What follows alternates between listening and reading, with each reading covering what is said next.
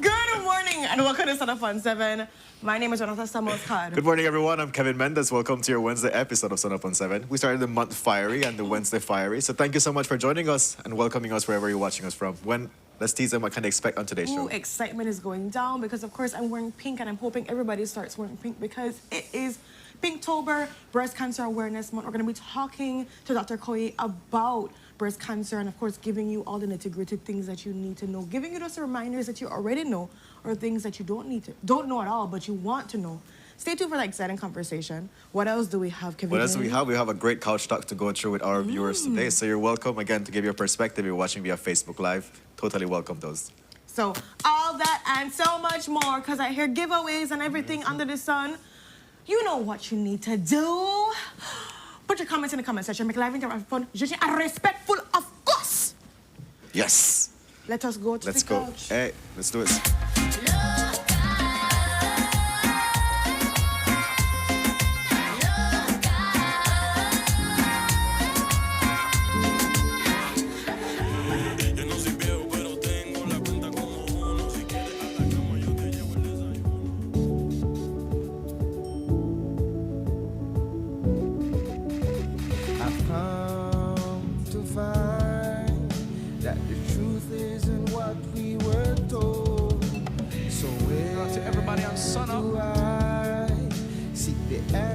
That's what we're looking for today.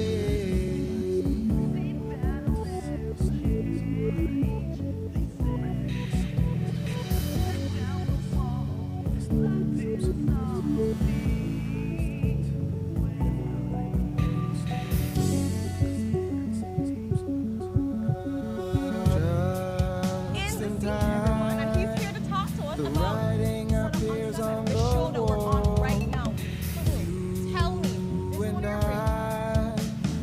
First ones to see, and we're going to be talking about the hot shush that has been happening. The world that we see may seem that will never change. They say, but if you tear down the wall that's blinding us all, you'll see the way today.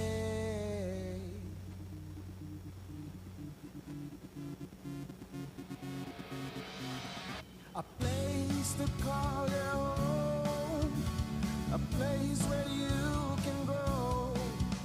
Stand by me and we'll take flight. We'll be there at morning flight. Muy buenos dias, my beautiful Son Up on 7 family. Welcome to your Hump Day episode. It's October 1st. I want to say thank you so much for welcoming Renata into your space. If you're watching via Facebook, YouTube, or cable TV, thank you so much for doing this. It's October 1st. We're starting the month. We're starting a new day. And we're very excited about today's episode. So let's start by having a look at the weather, courtesy of the Belize Met Service. Mainly fair weather will prevail today, with an increase in moisture expected to start tonight. In the 24-hour forecast, skies will be sunny with some cloudy spells today and then cloudy tonight. Showers or thunderstorms will be isolated, with a chance of slightly more occurring over the south during today. Then activity will gradually increase along the coast and offshore later tonight. High temperatures for today will reach around 90 degrees Fahrenheit along the coast, 95 inland, and then 84 in the mountains. For tonight, low temperatures will reach around 78 degrees Fahrenheit along the coast, 72 inland, and then 68 in the hills. Winds over the open sea will be from the east to southeast at 5 to 15 knots, with sea conditions being slight. And then low tides occur at 12:30 this afternoon and at 11:08 tonight. High tides at 6:50 this evening and then at 5:31 tomorrow morning. The moon will rise at 1:54 this afternoon and then set at 1:15 tomorrow morning, while sunset is at 5:41 this evening and sunrise at 5:43 tomorrow morning. And now for the extended forecast.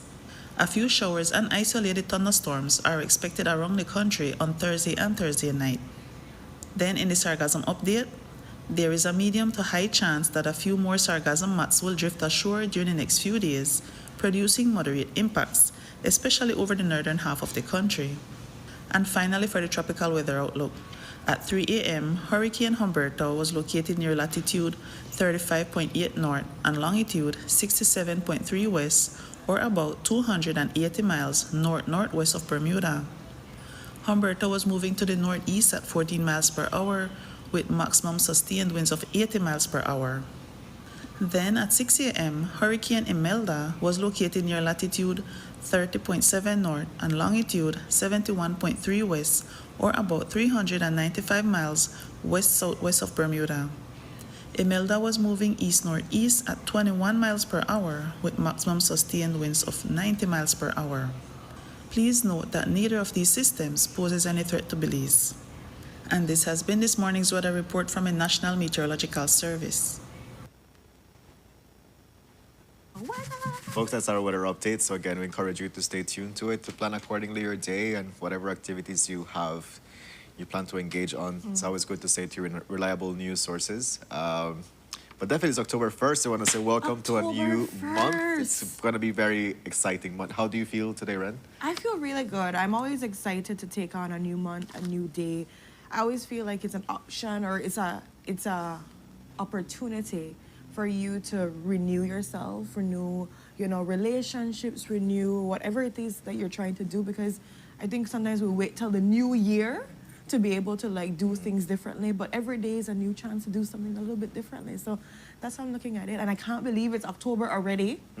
September really was like, whew, it gone. Yeah. It gone. How you feeling, boo? I'm very excited. You're dressed up, no post back, put yeah, I decided to I feel like socks match people. everything. I am like, okay, I'm feeling. What can I say? What? Put your leg. No. After Sundays running, I'm still recovering. Kevin can't do your leg no more, guys. Oh my can't do it. goodness. There you go. See? Why you got you made a struggle for their life just so you got this, boo. Yeah, but definitely, October is gonna be a great month. We've been rehearsing for Huda Willy Pa. So again, reminding you that the play is October 24th and 25th at the Bliss, and it's very exciting, getting into character. And just being able to disassociate from who is Kevin to going into my character at the play is a very interesting place to be. Definitely, I guess I appreciate stepping out of the comfort zone. This is the first time you've done anything artsy in this realm, right? I'm gonna be at the Bliss, right, which is gonna be huge. So definitely come out there, show your support to me and the entire team that's gonna be out there, doing their best. I have to say it's a very interesting and a fun cast. Shout out to Miss Melissa Espat Castellanos for doing an amazing job writing the play, but also directing. So obviously, it's something I looking forward to the month. Every month has its highlight. Yeah. And this is going to be it for me. So Look at that. Guys, we're going to be yeah. doing some giveaways for Huda Wilipa later Yeah, on too as yeah, well. So if definitely. you want to see Kevin, please stay tuned for those giveaways so we can be able to hopefully get you a ticket on that. But that's exciting. That's I'm so happy exciting. for you, Yeah, man. I'm super excited. Yeah, and let's send a reminder to our viewers that this month is Breast Cancer Awareness Yes. Month. So if you can wear pink. I think it's really important to remember to wear pink, to have the conversations, to do your checkups, to talk to your children, to talk to both male and female. Just let them understand, because although we don't have the conversation much about males, but there is a 1% chance that they can be able to get it. There's a good portion of them that do Definitely, yeah. get it too as well. You just want to be safe than sorry, guys. I think That's true. prevention is better than cure. Early detection is super, super important. If you know your family has, a history of this, if you've lost somebody to it. And for those people that are pushing through, I think I saw somebody post, if it's Miss Del Marie Fairweather that also watches the show, and she was posting that she's 25 years free as a survivor of breast cancer. And I was like so happy to see that those kind of things, Yeah, warm those my testimonies heart. of healing, right? Yes. Those are really, really beautiful. And it's important to know, like, it's not just for the people that are going through a diagnosis or going through their healing journey of cancer, but cancer affects everyone in one way or another. Yeah. Definitely. You know, I Definitely. think, like, at some point, everybody has a relative that has, died as a result of cancer. So definitely reiterating the message that you shared, Ren, which is go for your early detections, do your screening at home. If you see any abnormalities, definitely your fear and your concern is valid, but it's also equally important for you to go and seek further medical attention, because Learn about your the body. earlier you get diagnosed, then the better you have access to treatment and for that situation to be addressed. But to everybody that's out there, on their healing journey for cancer, we want to send you our love and, your support.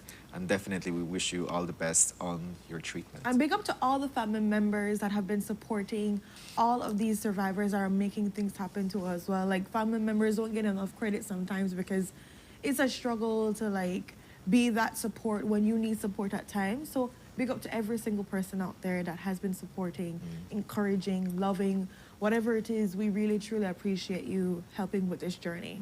So, Yeah. So one thing Tell me. before, is this the comment of, like, dress up, not post back foot? It was, like, pretty good one. And then so Danielle says, blade up to 99. I have not heard All right. Blade Up in a while, Daniel. Well, okay. Big up yourself, Dance, because I haven't heard Blade Up in a Maras. You've heard Blade Up before, Yeah, right? yeah, Okay, I'm familiar with that but one. Maras, I haven't heard that one in a while. Yeah. Huh. Yeah, in Spanish, people would say estás pachuco. Ah, okay. Yeah, pachuco is the blade up The version. Blade Up there. Yeah. And you're Pachuco yourself. Yeah, but folks, let us know if you're celebrating anything today. How do you feel about the start of October? For the ones we are watching via Facebook Live, we would absolutely love to hear what is your Blade up plan to for this 99. month. Well, Ren, are you ready to start? Let's dive into it. Everell told me to not bring any kind of violence, and I'm not a violent person either way, so I don't know what he was talking about. Everell, come on now. Okay. She has her moments, but that's okay. It's Today's passion. Wednesday. Today's Wednesday, okay? It's all about the wentabulousness and learning about health and stuff, and yeah. But this one will get you a little riled up, because yesterday we spoke about it. We talked about it from Monday Morning Beef, about the investigation, the pending investigation. We were waiting for that report. That took 22 days to get published or released. Not Kevin. Yeah. With the days. With the days. I tell you, We've Kev, been counting because it's a matter of public interest, right? So You tell him, Kev. You track it down, boo. Somebody needs to track it, because obviously they're not tracking it. Priority is not prioritizing like we would want them to prioritize. So 22 days later, having this investigation that we thought would be thorough and enough to be done with, a lot of people had speculations of what this September 30th report is going to be given, came out, and we found out later on that after this report is given up, that there still needs for the independent investigation to take place. And I'm just, Kev, I don't know why, but in my mind, when I heard that they're like, oh, we still need to do an independent investigation, I'm like, no, duh. We need to tell her from the beginning to let's start off with that, especially because of the alleged accusations that were made to as well. It was supposed to be that, That is true. we're wasting time. We don't waste time. yeah, definitely. It was a recommendation given by the Minister Karim Musa saying we should go for an independent investigation. Equally, as you mentioned, there were allegations of police officers being involved in the abduction of Joseph Budna.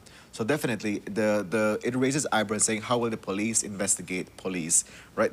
And now the investigation that was shared yesterday concludes that there needs to be further an independent investigation on this matter.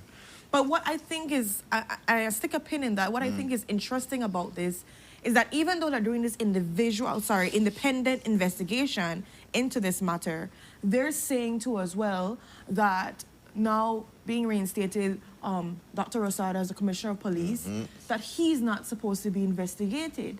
And for me, that raises a lot of questions, Kevin, because I'm just like, okay, ACP Susan Anderson did this investigation. Obviously, you know, she tried to get everything that she could have gotten in the period of time. But what is it in this report that makes you know that Commissioner of Police Rosado has nothing to do with this? Because he, again, was one of the people that Budna had claimed was called out in one of the calls. So I'm just saying, was everything checked?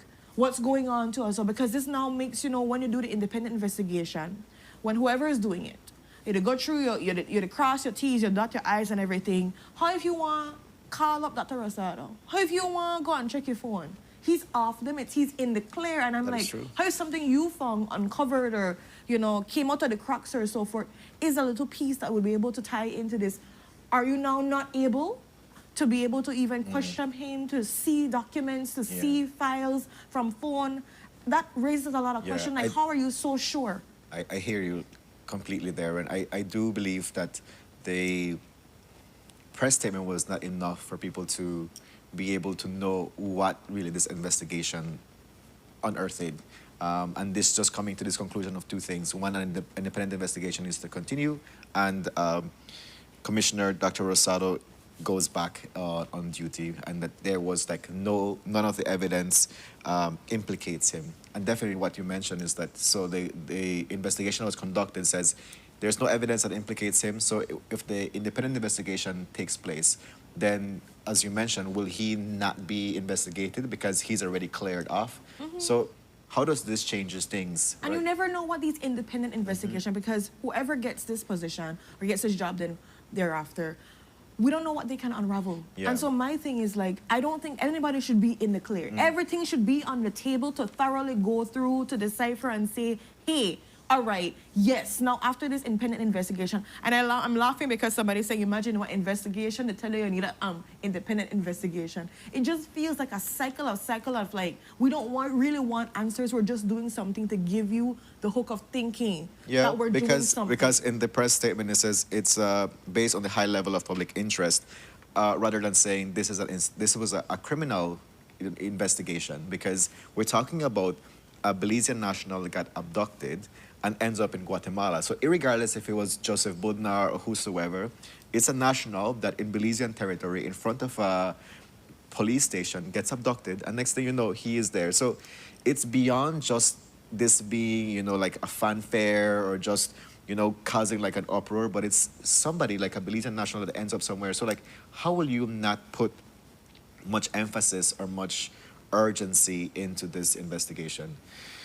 It really like begs more, and we hope that, you know, and I highly doubt it, but I hope that they would, you know, release the investigation for us to be able to properly digest what was there. I love the idea, Kev, but I never know hold my breath. I never even double think of it. I think it's something that obviously the public would want. Hey, the minister even asked for them to release the footage, the video footage, and you said that get released yet? No. Nothing to happen. No. I feel like, again, you're looking at this and they're doing this ACP did the investigation, realizing you need a further independent investigation.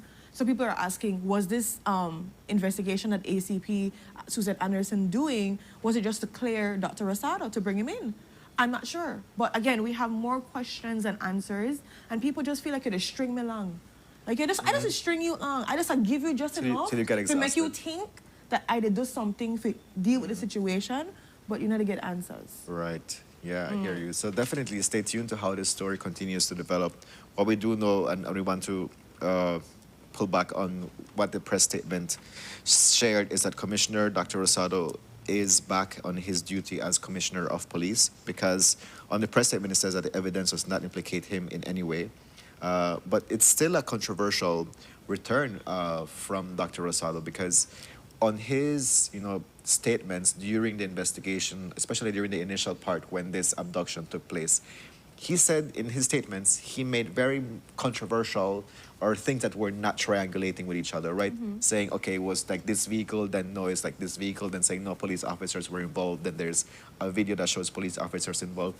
So the trust is missing. And also like from just the overall situation, there also is a distrust on the police department too, right? So it's like, how will his return be able to ensure that he does his job effectively?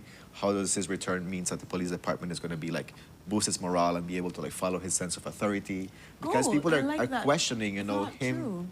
Are questioning him also because his name was called. So like, even though like it says, okay, there's no evidence, the thoughts are still lingering because we're unsure. Because public opinion is a big thing too as well. We already feel, and a lot of people are not navigating or gravitating towards him and how everything took place. So it's like, it feels sketchy. People feel like it's sketchy, and then how have you go back in such a high authority place after things have still not been finalized with this investigation? And you could tell me one thing and said yes, that he was clear, but people are asking like, okay, did they go through phones?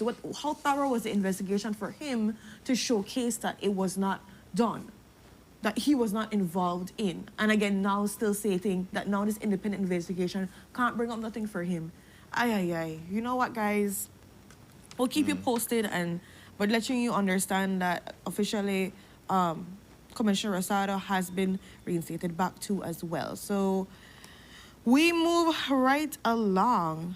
Yeah, so like we have an exciting announcement to make. So we're transitioning from this Joseph Bodna's investigation to now saying that the Belize City Council has a new administrator. So yesterday they put out a statement welcoming Dr. Candice Pitts as the new Belize City administrator. She will assume her position on November 1st. Yes. And basically on the press statement that they shared, they talk about how her previous experience as a former elected Belize City Councilor, then moving to be an ambassador for the Republic of China, Taiwan, and then also her degrees in like her PhD in English and her experience working as a lecturer. All of these things is a whole like amalgamation of skills and knowledge and resources that she plans to like bring into her new role as the Belize City administrator. So definitely something to look forward to. I think it's always good to welcome somebody that has been exposed in many ways, right? And then you're coming to the city council. We're talking about the city council. They talk about, making the city futuristic and more sustainable and climate resilience.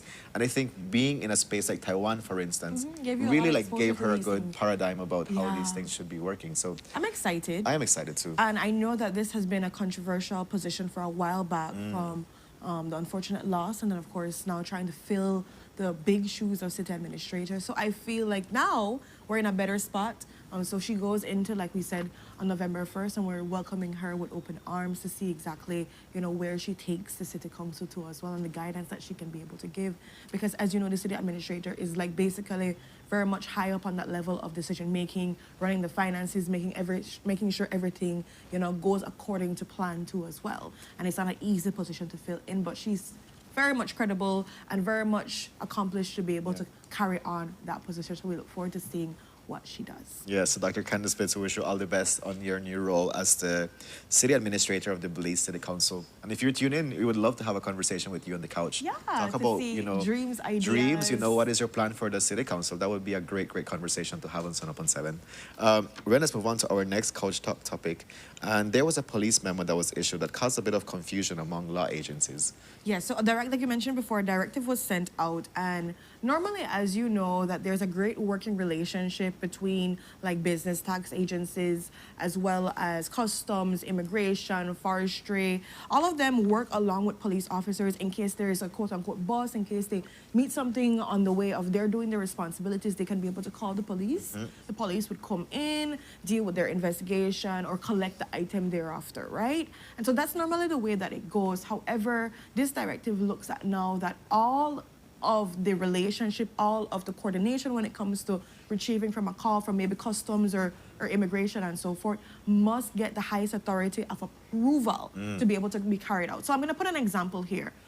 Say, for example, customs bus 2 pound of weed, right? And they call the police officers to come and check it out. They won't be able to check that out until they call up to the hires up to be able to get the approval to be able to go in and do that investigation. This also comes from a lack of transparency, a lack of not making sure that the higher ups are understanding what's happening below here too as well, because things were going missing. There was a system where things weren't documented as much as they should be. So in the case of the same bus, you would say that after the police went to go and investigate it, they didn't know anything about the weed afterwards, and nobody was informed later on too as well. But people are looking at this as, yes, I understand transparency, but it's a lot of confusion because it's like micromanaging. I'm trying to like make sure everything has to be approved. What happens when there's last minute things happening? How can you be assured that you always get that approval and people be available to give that approval to as well? And of course, the working relationship that these different ministries are trying, are aspiring to have to as well. It feels like, okay,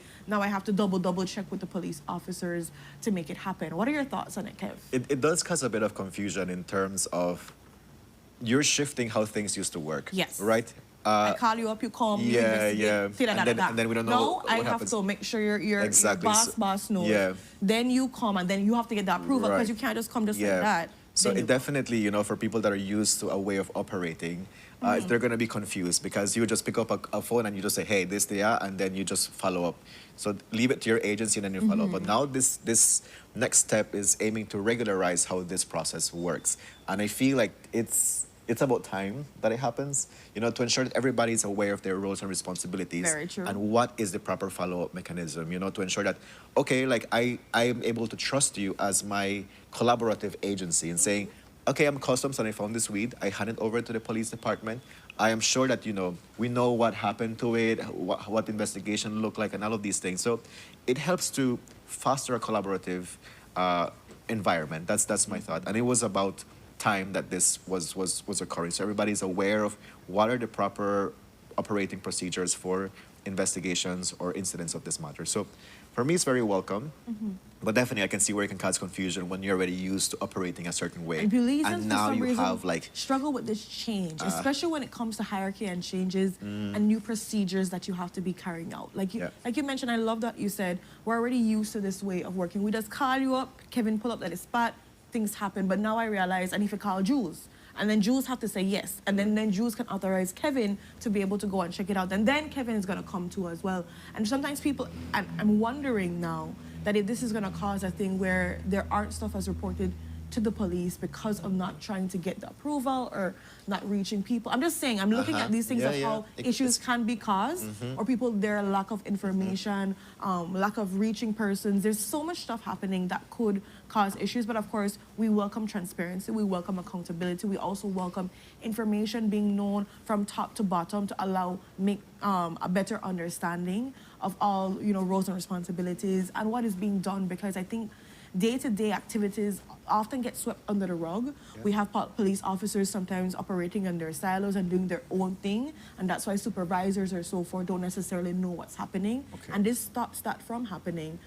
So we'll see exactly how that continues to uncover. But again, directive has been sent out, and we'll see how that working relationship can be able to be harmonious within. Yeah, so we move on to our next couch talk topic. And October 1st is a big day as we aim to harmonize our CARICOM relationships and also be able to foster free movement within the region. So as effective as today, October 1st, 4 countries, Belize, Barbados, Dominica, and St. Vincent and the Grenadines, are going to be able to have what is called a free movement, which is very exciting. It has taken a while for these agreements and all these regulations to take place. Right, Yeah. So what does this mean?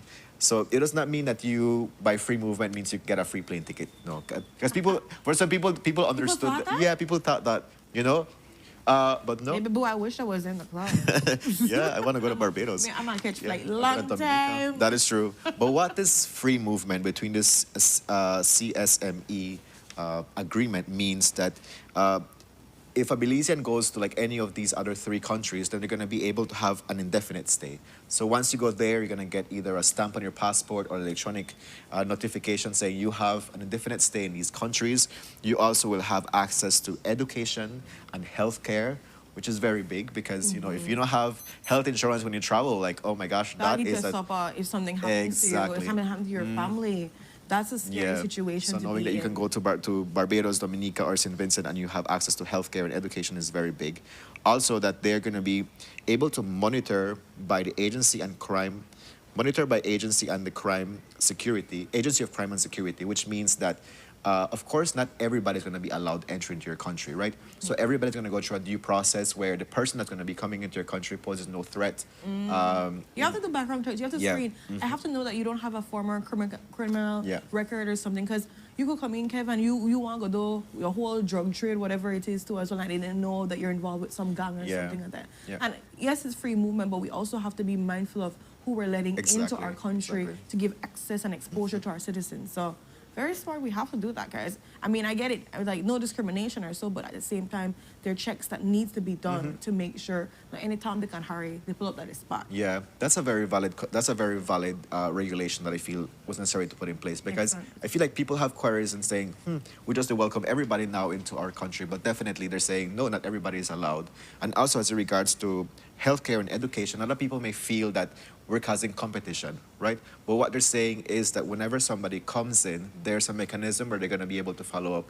If you access education, if you access healthcare, you know, how much people are coming for the country to be able to improve on the services that they have available to be able to accommodate whoever's coming to your country. So that's also like a good thing, to be able to be responsive. Exactly. Yeah? And the last thing is that this regulation invites that there's going to be a complaint mechanism.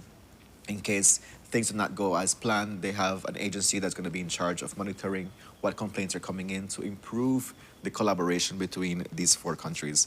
So today, October 1st, do you have a country you would like to go to? All? Out of these 3? Barbados, Dominica, or St. Vincent and the Grenadines? That's a good question. I feel like I'm just free to want to travel everywhere. So but I think maybe Barbados.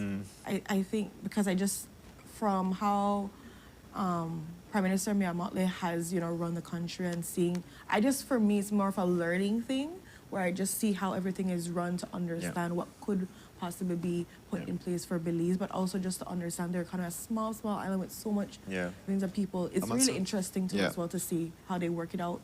But yes, tell me. I'm also very curious to know how does this free movement, like in your view, feels, or what do you think about it? So I think it's a beautiful opportunity. I love how Belize and Gal said, Inya, I'm trying to find it. Okay, free movement, but you need money to stay. Oh, yeah. Which is very important to understand, guys, because I don't want anybody to think I get up and I go over to Barbados and then I can just live there off nothing too as well and become one of those people who just live off of the land or whatever it is. I think it's really important to understand which country you're going to be going to, and then of course being acquainted what jobs and everything is available. Like I mentioned before, I don't see it as a big competition. I see it as an opportunity for these 4 countries to be able to share resources, to share understandings, to be able to have a better collaboration amongst themselves as CSMEs, and to just really bank on it properly too as well. It's a pilot project to be able to see how other countries can come in and be a part of that process. How does it look to us? What works and what doesn't work?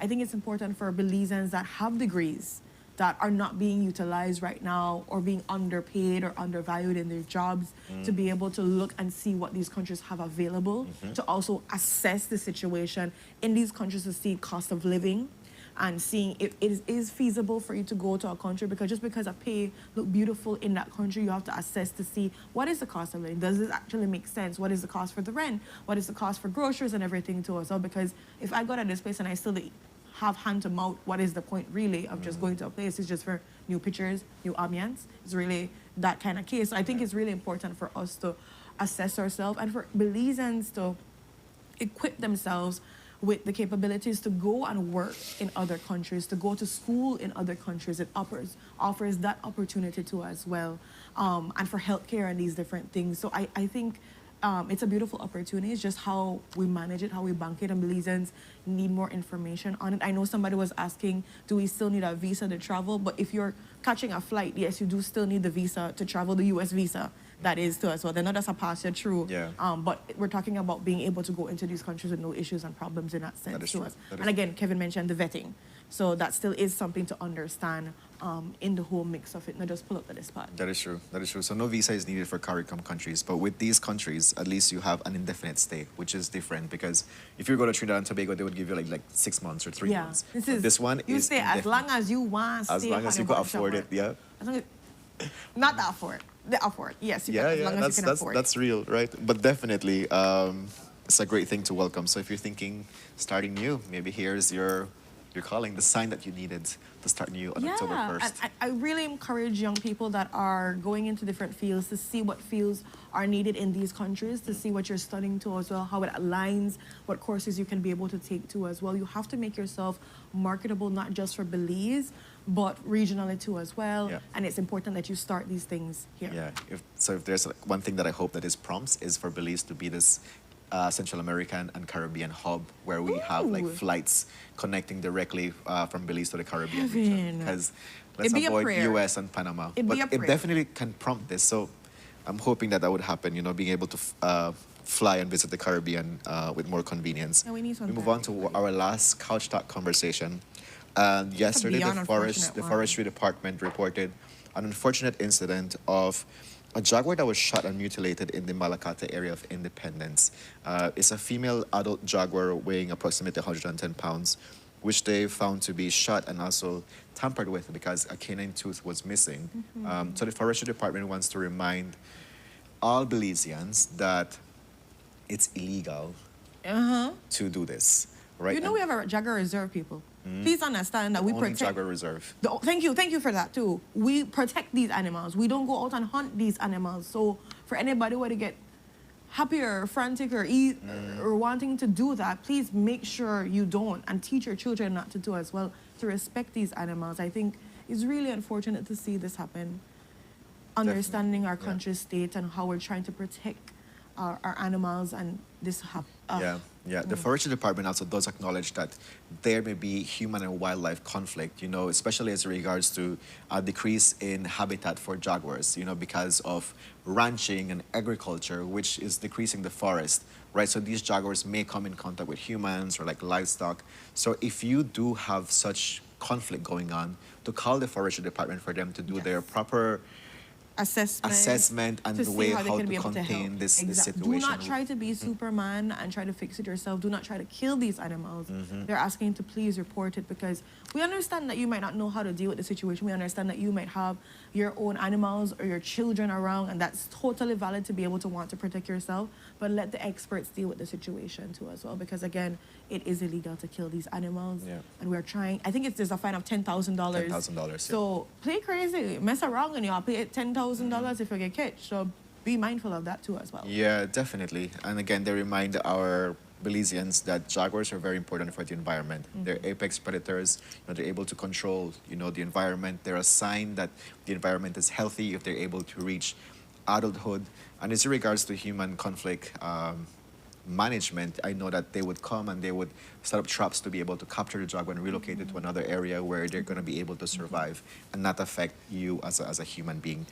But it's very mindful to, again, if you come into any situation like this, to call the forest department. Also to be mindful of like how we're affecting these jaguars too, right? With our But our lives, we keep deforestation, forgetting that we agriculture. came and built up on their areas, and we keep moving in, and they have to be moving out. What do you expect to happen, guys? Yeah. Like, yeah. do you expect them to just relocate if this is all they know?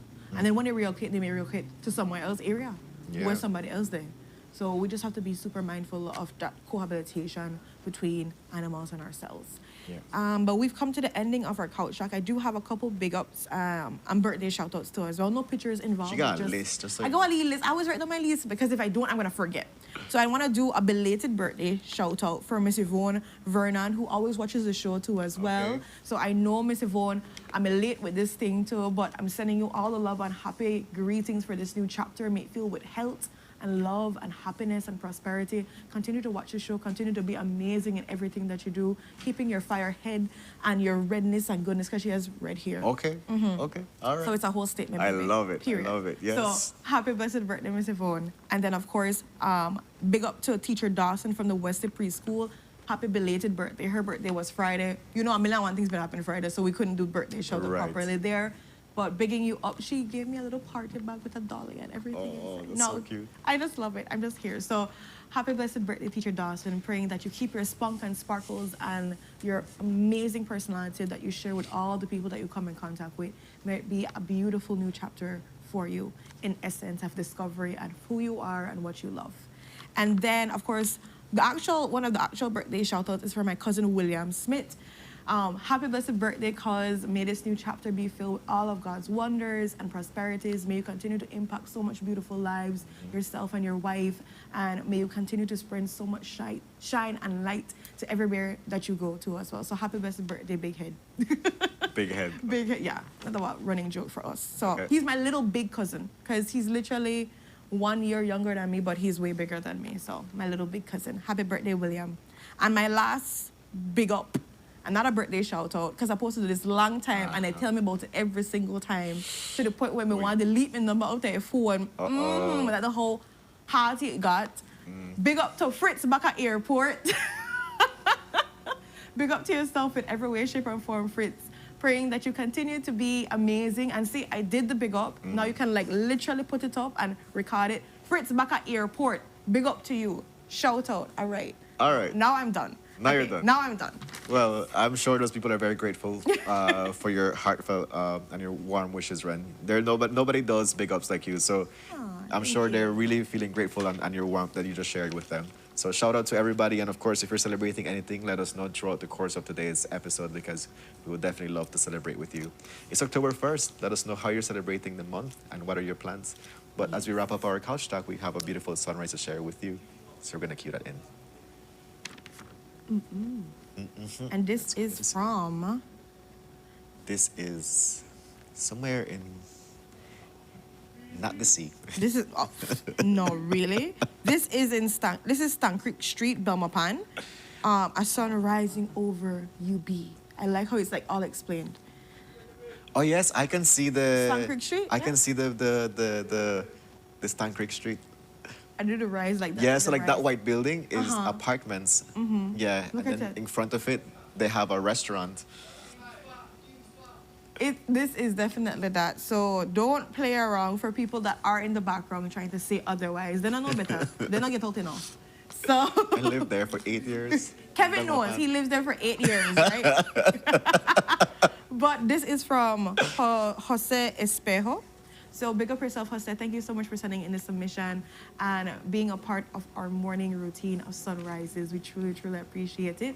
And with that, guys, we're going to go to our first commercial break. When we are back, we dive into giveaways for Huda Will It Pa. We have other exciting conversations ranging from Dr. Koi coming and talking about breast cancer awareness, what you need to know, and all the nitty-gritty. And of course, we're going to be also talking to 2 UDP caretakers, or thriving, aspiring caretakers for the conventions coming up.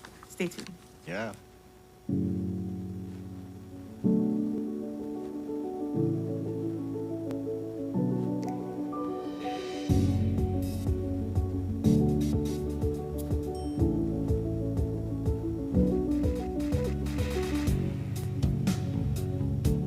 Hi, have you heard about the expungement of criminal records? Well, as of August 1st, 2024, the Criminal Records Rehabilitation of Offenders Act allows for you to apply to have certain criminal charges permanently erased from your record. Isn't that amazing? So, what makes you eligible to apply for expungement? The offense must qualify for expungement based on Schedule 2 and 3 of the law. You must meet the applicable rehabilitation period. This is the time period you must wait before you can apply. The applicant must not have any outstanding matters or have had any other convictions during the rehabilitation period. You can qualify for automatic expungement for certain first-time drug offenses, as well as COVID-related offenses. So, what are the benefits of expungement? Well, it broadens employment and educational opportunities that a criminal record would normally hinder. It gives you a peace of mind away from the stigma of having a criminal conviction and provides you with access to services that may be otherwise restricted. If you have a past criminal conviction, here's what you can do to get it expunged. First, verify if you qualify for expungement. Then, prepare the application package. Each package consists of 2 forms. Applications are available countrywide. You then make a non-refundable payment of $100 at your nearest Treasury Department and finally submit the package and payment receipt to any Ministry of Human Development office countrywide. Note, applicants will receive a notification within 90 days to see if their application was approved or denied. So, if you are interested, visit any Human Development office countrywide, any magistrate court, or the Ministry of Home Affairs office in Belmopan. For more information, you can call 227-2716 or you can WhatsApp 613-0343.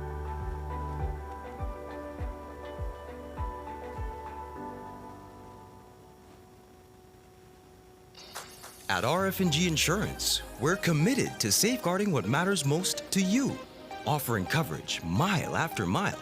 Our offices and agents located across Belize ensure that you are protected. Secure your property with RF&G Householders Comprehensive Policy. From your home to your belongings, we offer protection so you can enjoy life to the fullest. For more information on your coverage options, contact our team of experts today or visit your local agents. We'll be ready to assist. Don't forget, it pays to get it right with RF&G Insurance, a Road Group company. Tenemos la capacidad técnica, operativa, profesional y la infraestructura de poder establecer una atención neurológica de alta calidad. Que no se pierda tiempo de forma innecesaria para poder al final del día llegar al mejor de los resultados y la mejor opción para el paciente.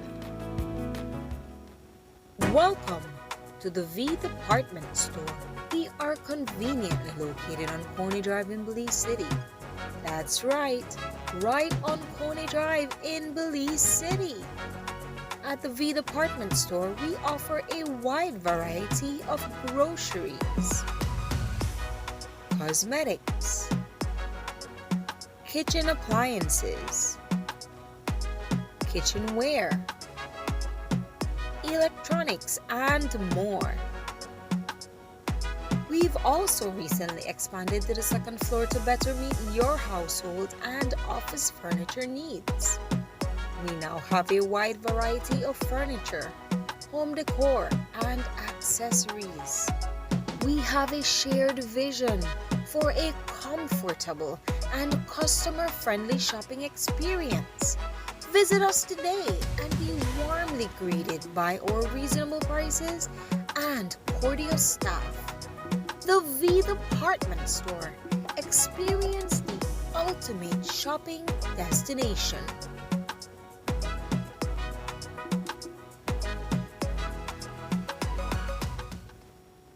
Wake up to positivity and inspiration. It's a fresh and diverse twist on your mornings. Tune in to Sunup on 7 every weekday morning at 6:30 a.m. right here on your nation station, Channel 7. It's the morning show you don't want to miss.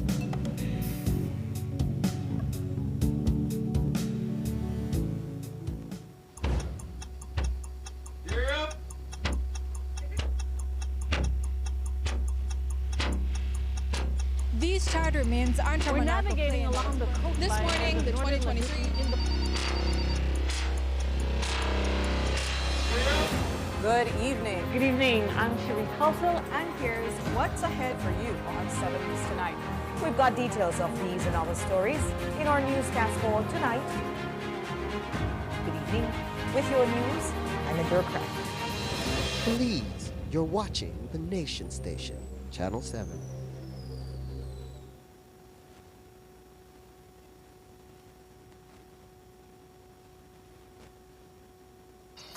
At RF&G Insurance, we're committed to safeguarding what matters most to you, offering coverage mile after mile. Our offices and agents located across Belize ensure that you are protected. Secure your property with RF&G Householders Comprehensive Policy. From your home to your belongings, we offer protection so you can enjoy life to the fullest. For more information on your coverage options, contact our team of experts today or visit your local agents. We'll be ready to assist. Don't forget, it pays to get it right with RF&G Insurance, a Road Group company. Tenemos la capacidad técnica, operativa, profesional y la infraestructura de poder establecer una atención neurológica de alta calidad. Que no se pierda tiempo de forma innecesaria para poder al final del día llegar al mejor de los resultados y la mejor opción para el paciente. Welcome to the V Department Store. We are conveniently located on Coney Drive in Belize City. That's right on Coney Drive in Belize City. At the V Department Store, we offer a wide variety of groceries, cosmetics, kitchen appliances, kitchenware, electronics, and more. We've also recently expanded to the second floor to better meet your household and office furniture needs.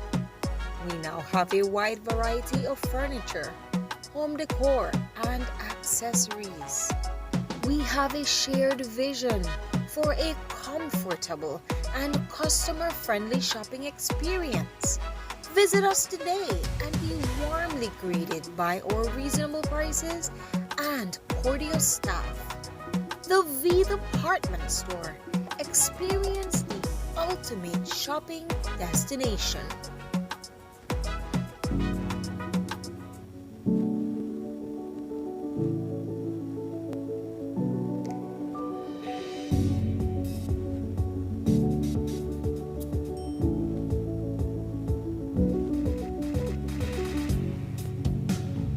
And we are back, Boozlers. Just before, we were having a very intriguing couch talk with a lot of big ups and birthdays and all the things under the sun. And now we move into excitement because it's giveaway time. And you know we like giveaway free. That is true. And there's giveaways for our viewers that interacted with us for our Independence Day special. Yes. So we it's were very playing some specific. games, and then you get it names right. here. And the giveaway is 2 separate tickets for you to come and enjoy Who Da Willie Pa. You will find out who that Willie Pa. Yeah. Man. So if you're thinking, if you're asking, what is this play about? So basically, last year there was the play with Willie and his girlfriend and his mom, and people had a chance to vote as to how they wanted. If you go anything, my go anything girlfriend. And the people eventually voted that he should be by himself. And right? by win the lotto. He win the lotto, he got into the US. So now, this year, Willie is still in contact with his mom, Sharona, and now he's saying, Mom, I want you to come live with me in the States, right? With the condition that you tell me who da my pa. So in the play, Sharona is gonna go through a flashback of her carnival day, and right there, you're gonna figure out who the dad is. I didn't mix it up. It's gonna be a very, very good one. I'm mixing it. Okay. So, For the first for the ticket. first ticket, we're just gonna pick out names. All right, the first ticket is none other than the winner man. Ooh. Malika Anderson. Okay, Malika? very good. So you won yourself a ticket. Yeah. I'm hoping Malika is listening in. Yeah, if not, we're gonna find you on Facebook and leave a message for you. But if you know her, please let her know she got herself a ticket. And it's 2 dates. You can either go on Friday the 24th or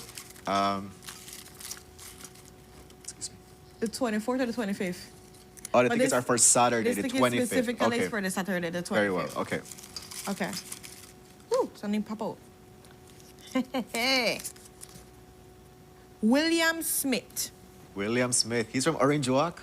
Ah. Yeah, is Will from that? There's a lot of my That's cousin a lot of literally William. named William Smith. Oh my God. Well, That is hilarious. oh my gosh. Well, I didn't think about William Smith when we interact that day because he was you know promoting. what? Once you know him. Because he was promoting his Juve, remember? Okay. Yeah. So I William, wasn't there. William Smith. I wasn't there. But we have a two That is, winner William mans. Smith is a very common name. It's now a you say. very because there's Will Smith, there's William Smith, there's Smithy Smith. There's like Schmidt Schmidt. Will I am Smith. Will I am Smith? Yeah. I just literally when I said that, like, isn't that my cousin? My cousin? It's like no. Oh not my God, cousin. that's a This very is- like. It's a common name. And then Yeah. he's a junior too as well. So it's a whole thing. Okay. Oh my gosh. So Hilarious. yeah, so there you go, folks. These two winners, they got their tickets to come to the play on October 25th, which is gonna be a Saturday. So who the Willie Pa? Who the Willie Pat wanna find out October 24th and October 25th, guys. Yeah. With that, we're gonna go to our next commercial break because guess what? We have Dr. Koig in, and he's very excited and waiting for us to dive into the important conversation, very needed conversation. As you know, October is Breast Cancer Awareness Month, and we're gonna be diving into what is breast cancer, what you need to know, all the neat under the sun and everything over the top. So stay tuned for that. Tell a friend and be very much involved in this What's on top of conversation. the sun? Huh?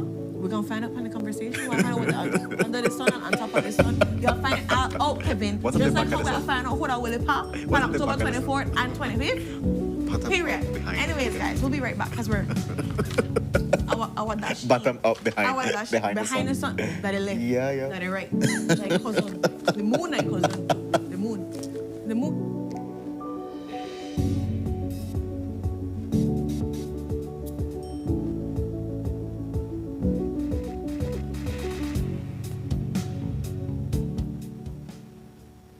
Hi, have you heard about the expungement of criminal records? Well, as of August 1st, 2024, the Criminal Records Rehabilitation of Offenders Act allows for you to apply to have certain criminal charges permanently erased from your record. Isn't that amazing? So, what makes you eligible to apply for expungement? The offense must qualify for expungement based on Schedule 2 and 3 of the law. You must meet the applicable rehabilitation period. This is the time period you must wait before you can apply. The applicant must not have any outstanding matters or have had any other convictions during the rehabilitation period. You can qualify for automatic expungement for certain first-time drug offenses, as well as COVID-related offenses. So, what are the benefits of expungement? Well, it broadens employment and educational opportunities that a criminal record would normally hinder. It gives you a peace of mind, away from the stigma of having a criminal conviction, and provides you with access to services that may be otherwise restricted. If you have a past criminal conviction, here's what you can do to get it expunged. First, verify if you qualify for expungement. Then, prepare the application package. Each package consists of 2 forms. Applications are available countrywide. You then make a non-refundable payment of $100 at your nearest Treasury Department and finally submit the package and payment receipt to any Ministry of Human Development office countrywide. Note, applicants will receive a notification within 90 days to see if their application was approved or denied. So, if you are interested, visit any Human Development office countrywide, any magistrate court, or the Ministry of Home Affairs office in Belmopan. For more information, you can call 227-2716 or you can WhatsApp 613-0343.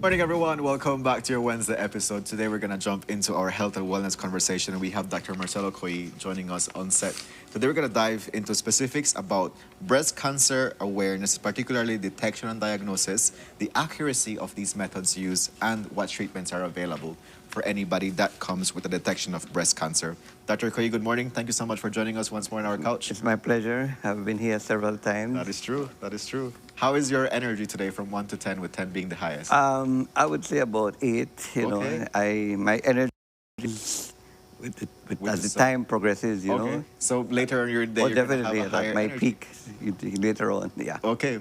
All right. If you could give one recommendation as to what can people do to have a good energy level, what would that be? I would say to have a good night's sleep. Yeah. Sleeping is, there's a reason why you sleep. You have to restore your energy. You have to repair the brain, and the body needs to rest. No.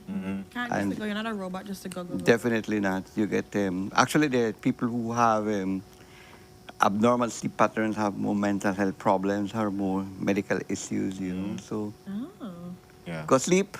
Go sleep. And have your 6 to 8 hours. And it works. It does Yes, that thing. yes. Yeah. We're really glad to have this conversation with you, Doc, because we've had a conversation with Dr. Morales about breast cancer. We dive into like just the testing and everything, but we want to go a little bit deeper in this time around. And of course, we're opening it for maybe viewers in the case that we're talking about something and you have something specific that you would like to ask Doc. By all means, put it in the chat. We'll try our best to be able to address these questions as well. But last week we were talking to Dr. Morales about the different treatments and so forth. We didn't get to go into the nitty-gritty of it and the tests that are available for people, because we understand that they are different tests that can have different accuracies and so forth. But we'd like to go in a little bit deeper on that level. And so talk to us about the different tests that are available when it comes to looking at breast cancer. Well, I think you, doctor mentioned the modalities. Let me begin it a different way.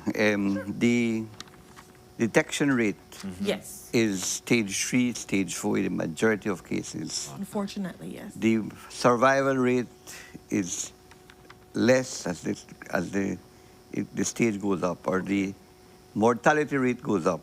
And I would say stage 4, you're up to 95% mortality rate. So you will have to then try to pick it up in stage 0 or stage 1 for you to have a 90-95% survival rate. So I say that because the old-fashioned way of examining your breast and looking for a lump really is, when you pick it up in that manner, it's too late. By the time you feel a lump in your breast, it's already stage 3, stage 4. And that is the modality we had, let's say, 30 years ago when I came to work in Belize. We had nothing else. And so a breast lump, and you feel it every month, and it's already stage 3, stage 4. Wow. So we have moved away from that to pick it up stage 1, stage 0. Okay. Because cancer doesn't just begin today. You don't have that lump today. It begins over a period of time. It begins at stage 0 when you have abnormal cells in the ducts. All right, let's go back again. The breast have basically 3 components. You got fat, will give you size. You have fibrous tissue that give it shape and you have milk tissue ducts, from which give milk, but which also are the ones that turn into cancer. So now all of them turn into cancer is the lactiferous or the milk ducts that turn into cancer. Now, the body is always in a state of repair. Your skin is never the same. It changes and new one grow, and it's an orderly growth that is controlled. When the milk tissue ducts, the cells begin to go abnormal, first they begin what we call in situ, it is within the duct. Okay. That's stage 0. Okay. Then if you don't detect it, it begins to grow outside the duct. That's stage 1. And it grows bigger and bigger, then it goes into the lymph nodes. You're talking about stage 3. Then it goes into your bone, we're talking stage 4.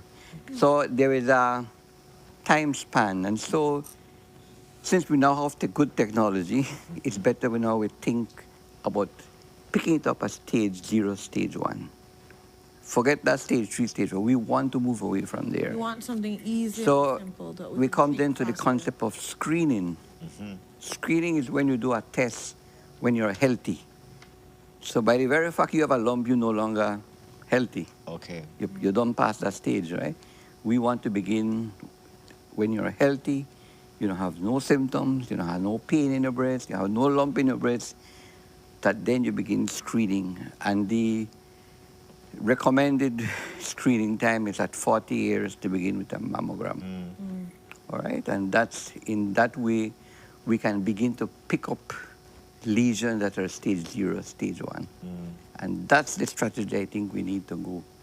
Now, mammogram has its problems, you know, it's not 100%, but it picks up when we do a mammogram and we see what we call microcalcification, little calcium deposits in a very disorderly fashion, like spicules. That is a sign of abnormal duct cells. That is what you pick up in a mammogram. That then the second stage is to do a biopsy of that. And if it comes stage normal, then you no worry. If you come back stage 0, stage 1, then you do therapy. That is the way we need to go. Now, for about 30% of women who have mammograms do not come out clear. Clear is when it's dark, it's black, so you can see little spicules which are white very easily. Some of them, about 30% come up with whiteness. It's just because you have more fibrous tissue. So it's not 100%. That's when you move on to an ultrasound to try to complement the mammogram. And in the mammogram, in the ultrasound, it does not pick up the stage 0 like mammogram. But it will pick up a lump in stage 1. I see. And what you see, the lump then, normal, I would say non-malignant lumps usually are round borders. Whereas on ultrasound, when you see a lump that is irregular, growing, that is most likely a malignant lump. And so when you have those findings, then the second stage is to do a biopsy of that, so then you can confirm it is, and then stage it. The third modality we mentioned was the breast examination. I think that is, yes, if you have no other modality, it's better than nothing. But really and truly, it's stage 3, stage 4 you're dealing about. And I think in modern times that we can shift towards early detection and a higher survival rate. And that is what I would like to No, and I bring think it's across. important to send that message so people don't think we have to wait till too late No. to be able to detect. No. I have someone asking Yeah. here, Doc, can a blood test tell if you have cancer cells that would be the start of the cancer? If you can. No, that is a, what would I call it? It's a myth. I'd want to call it a myth. Okay. What happens when cancer cells are present in your body and they are tests that can detect the antibodies, okay? And that is why there are certain hormones, there are certain blood tests that you can do and you pick it up. They call it cancer antigen. And they have different numbers depending if you want the prostate or the ovary and what have you. However, by the time that is positive, it's done far gone. So it's not used for detection. It's used to follow up. That if you have the cancer already, you're done, do it through biopsy, you're done undergo treatment, you then do it to follow up, make sure that it remains negative. But it's not to detect. And it's a myth because I think some of the labs promote that come and get your blood test to see if you have breast cancer or prostate cancer. It's not for detection. Thank you so much for clarifying it's to that. follow up. Yeah, that is a really. So that is what I would tell the lady. Do not do the blood test for screening. Do what is appropriate, which is mammogram if you're above 40, and ultrasound if you are below 40. And your self-examination also in your home, right? That helps if you're in the interim of screening. Oh. So if you screen this year for your birthday, you don't wait till next year.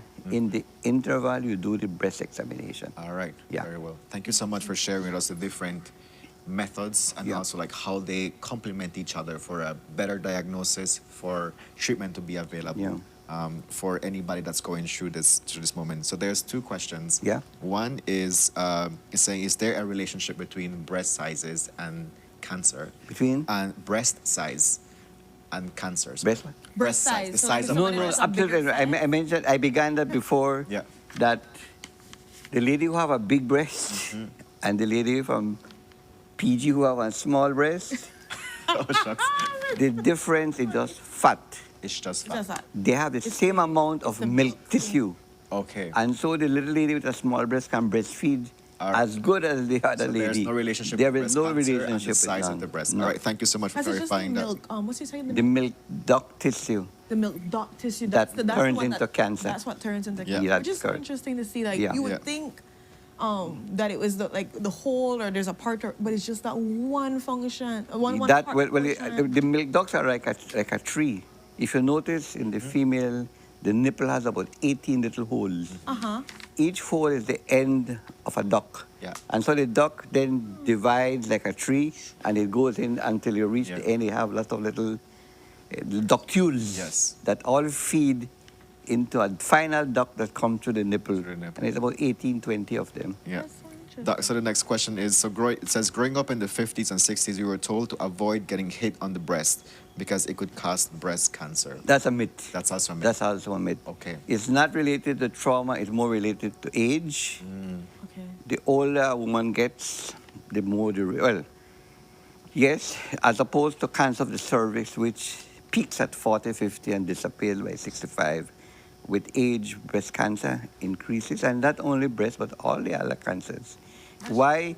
Because we have a system where, as I told you at the beginning, we're always developing new cells of your skin, of your intestine, everything that change. You don't burn and stay with that cell for your life. And in that process, if something goes wrong in division and becomes uncontrolled, that's the beginning of cancer. It can be in the liver, it can be in the pancreas, it can be in the stomach, it can be in the breast. Right. It's whenever you have uncontrolled division. And that now is related to the immune system, that as you get older, your immune system weakens.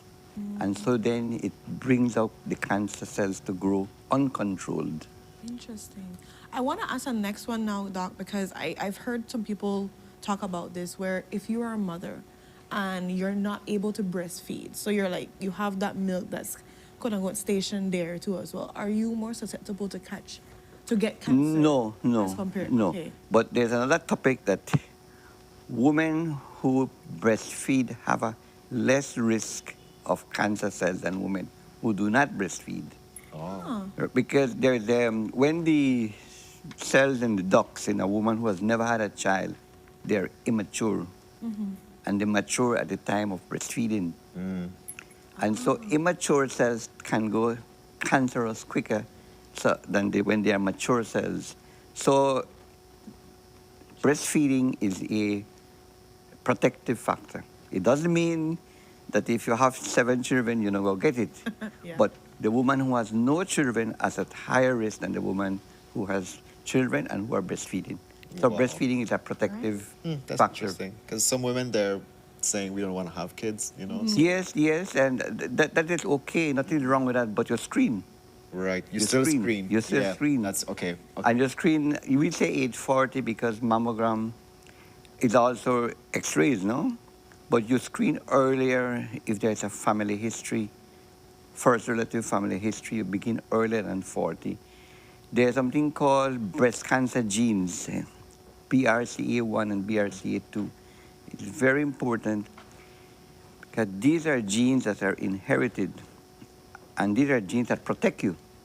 But if you have a mutation of these genes, then you lose that protection against cancer of the breast.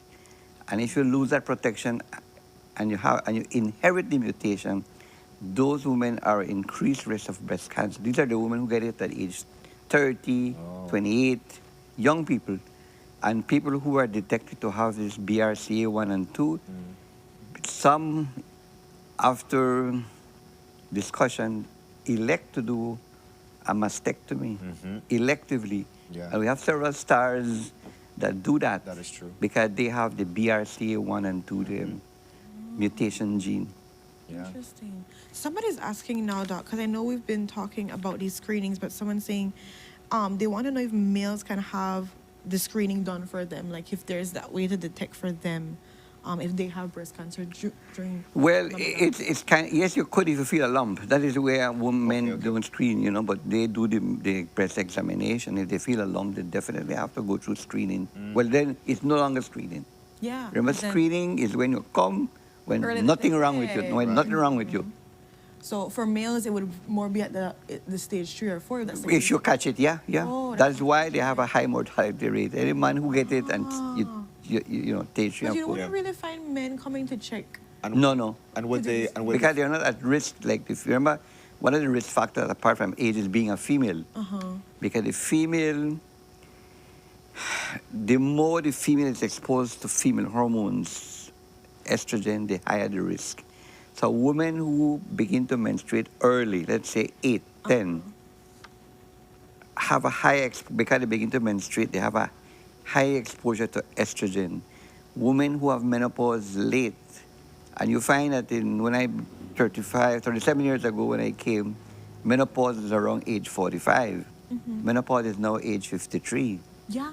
So it means there's more exposure to the estrogen. So because of those two factors, we now have women who higher increase of breast cancer because of the exposure. So yes, early menarche and late menopause are risk factors for a woman. Wow. So now let's talk about the treatment that's available in case anybody has. Yeah, we have advanced since I have begun to work professionally. Now, in the old days, it used to be surgery, all right? But now, the first concept that comes across now that breast cancer is not treated by one person. Oh. It's a group of professionals who look to manage and treat breast cancer. Okay. Because it's no longer a one-man show. So, for example, when I detect it, I send them to the chemotherapist, who then assesses together with the surgeon. So it's a group Oh, it's like a big team assessment. effort. It's a group assessment to say we will do chemotherapy first. Okay, it depends on the stage. Remember? Yes. And they will do chemotherapy first to try to shrink that tumor. Then there's what you call secondary therapy, either chemo or radiotherapy. And sometimes you remove the lump itself. So what you do depends upon the stage and depends on the facilities we have. So for example, in Belize, we are now fortunate to have chemotherapy service with Dr. Yakab. We always have the surgical therapy. We have always had that, but it's not enough.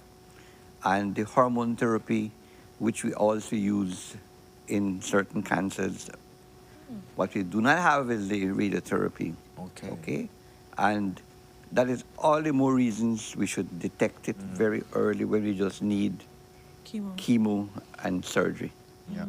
Okay? Because when we go into stage 3 and 4, you're talking about radiotherapy. And you have to go out of the country. Then you're talking about radiotherapy, you're talking about in cost about 30,000 to 40,000 Belize dollars. Wow.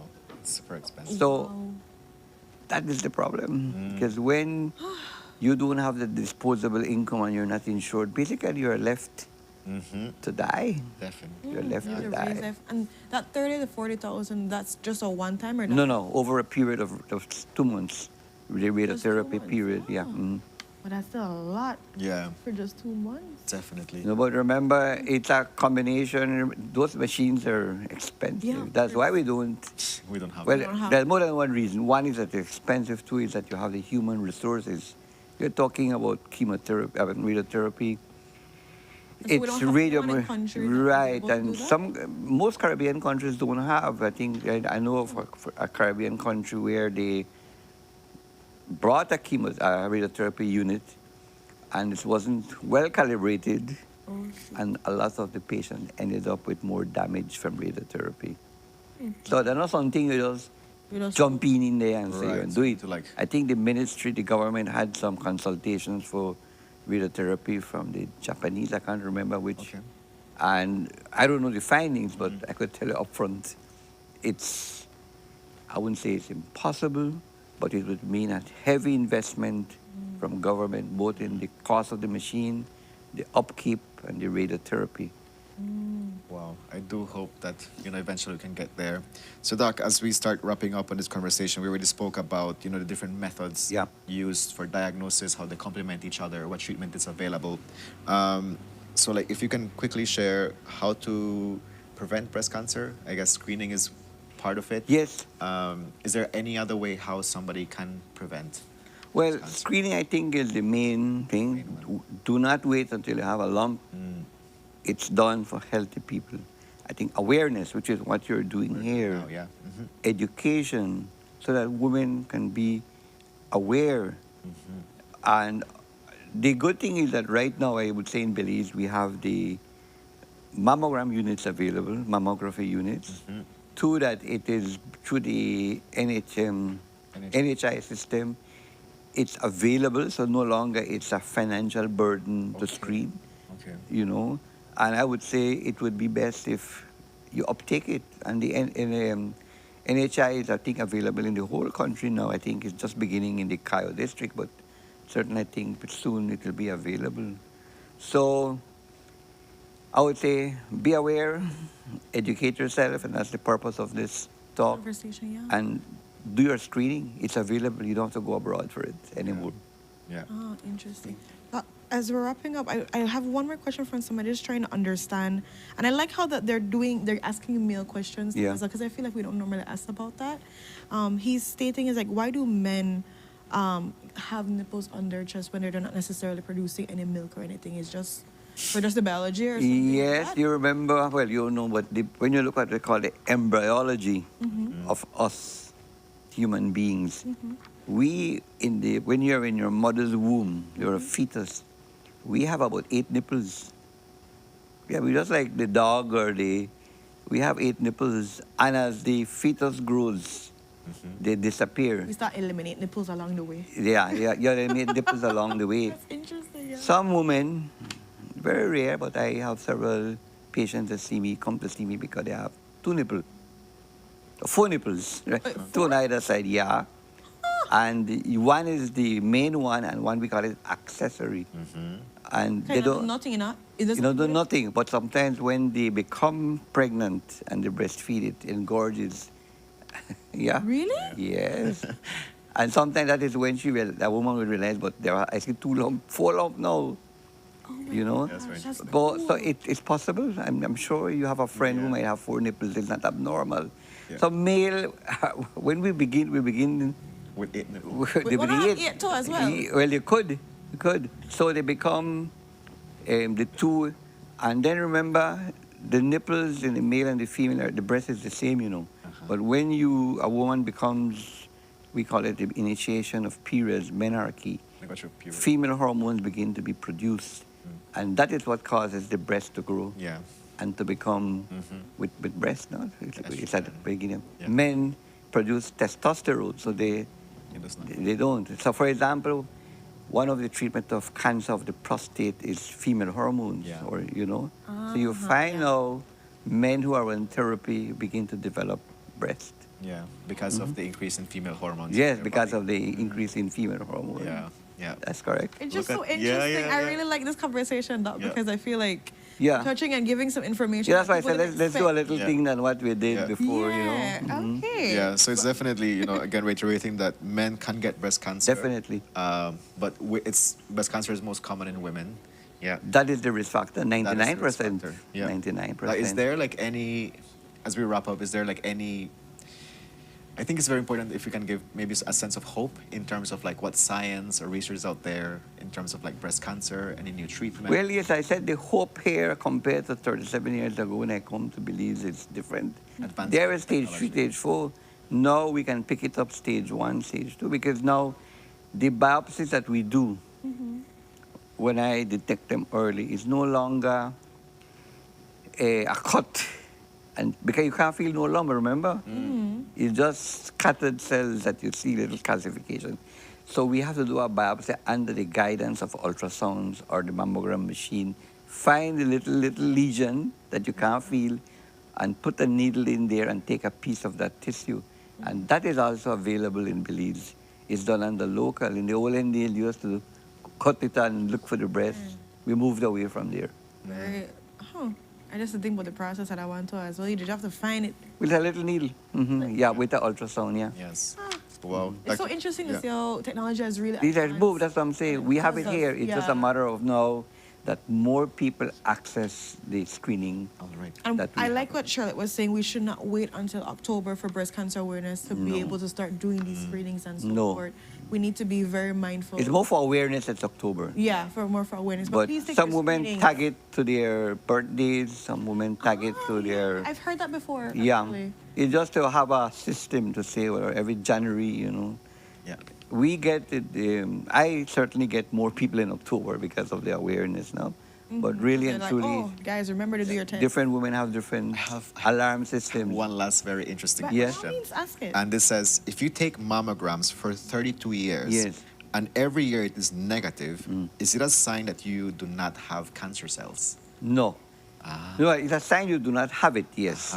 But you can develop it. Remember, it's related to age. Right. As you get older, the immune system gets So weaker. despite that you've been doing it for 32 Yeah. years, still continue doing it. There's another concept though, Okay. and that is if you reach 85, what is your lifespan ahead of you? If you're a healthy 85, you should screen. But if you're a 85 and your life span is a year or two, then it doesn't make sense to screen. So Okay. there are various factors you have to look at. No? So I wouldn't say age is the thing. It's age and we call it comorbidities. I see. Yeah, we saw a man at 103 years and Yes. he looked healthy. You have a 60-year-old that look like 90. Yeah, you've been seeing people that really know how to take care of themselves. That was So, a like, very good there's question. definitely different Yeah. conversations along that. And my last question would be, where are the facilities that do the screening for people that would like to take? Well, in Belize City, I can only talk because I don't know the district. But certainly, we have it. I think the And we, you mean? Belize Medical Associates, we have the screening done, both with mammography, with ultrasound. We do the ultrasound-guided biopsies, and we do the chemo and radio and surgical therapy and hormone therapy. So all of that, Yeah, except the radio. which is unfortunately unachievable Not right available now. for anybody. Yeah. And that's another talk that we need to do because I think if we kind of say we don't have it, the people that have the money and have insurance, they're okay. But how about the people who do not have it?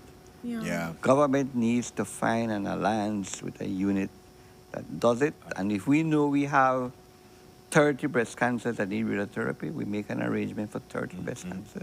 Definitely. Because we have the figures. Yes. It's not like we don't know. That's true. And we need to create these avenues for people to have access. Yeah. Healthcare is super important. Mhm. If you don't have a healthy nation, you don't have an active working nation, literally the point. And it might be cheaper if you pay for 30 times whatever it is, and the cost of radiotherapy unit and the human resources and the maintenance. Yeah. That might be more expensive. Yeah, that conversation on the health system. That's is the definitely economic- one to need to have, definitely. But Dr. Koy, we thank you so much once more for joining us.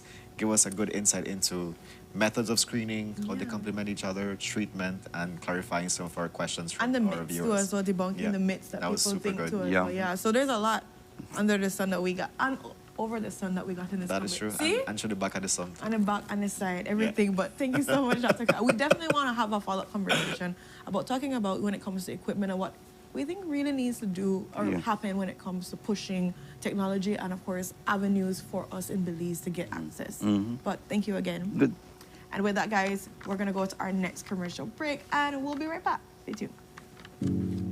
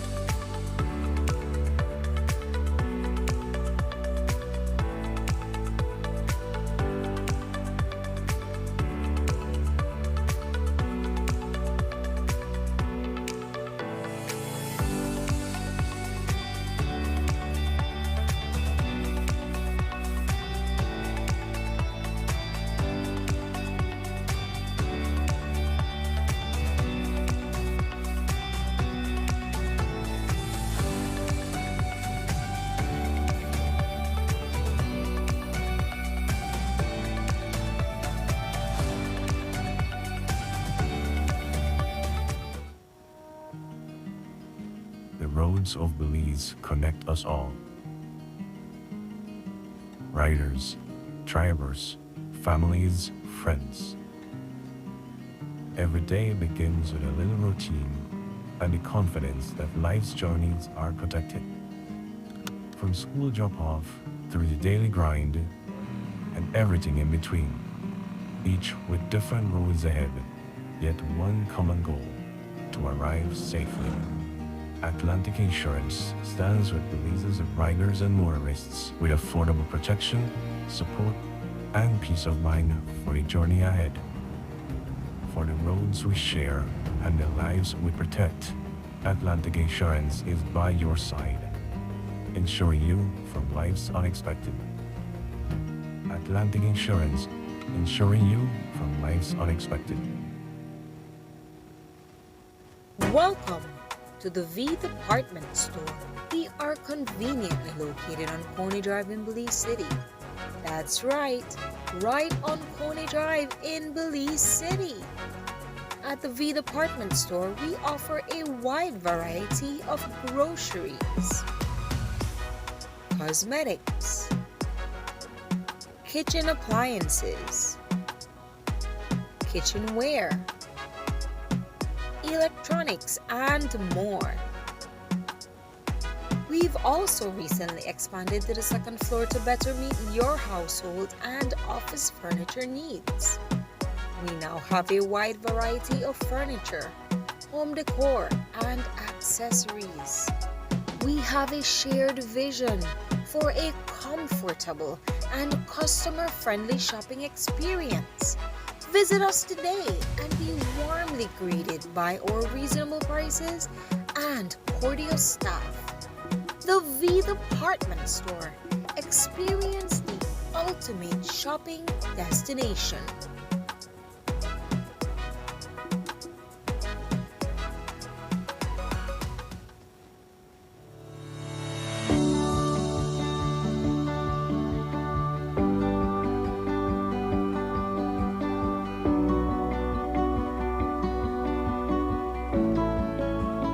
It is a pleasure really for me to join you here today in an important milestone in Belize's journey towards sustainable transportation, where we officially hand over these 3 intercity buses to the management contract that will be the Westline Bus Company.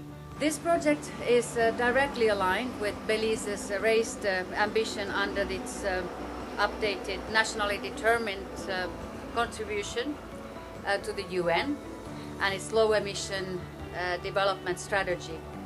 And we are very happy to support these national commitments and ensuring that Belize can meet its targets for climate action and for sustainable development as a whole, while modernizing its transport sector.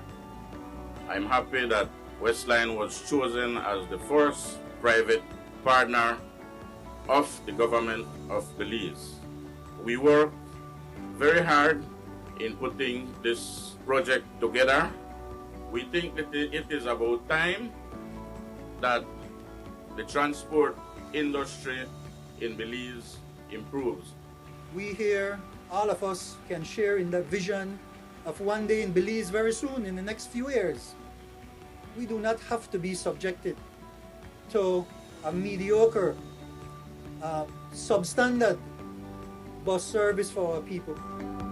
One of the messages we want to take from here today is that when we work together, when we're not afraid to imagine and see that if we work together, we can turn these things into reality.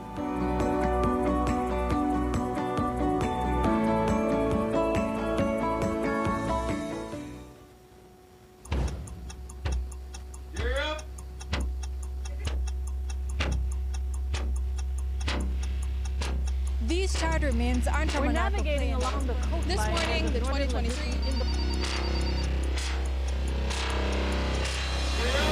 Good evening. Good evening. I'm Shirley Kelso, And here's what's ahead for you on 7 News Tonight. We've got details of these and other stories in our newscast for tonight. Good evening. With your news, I'm Indra Craig. Please, you're watching the Nation Station. Channel 7.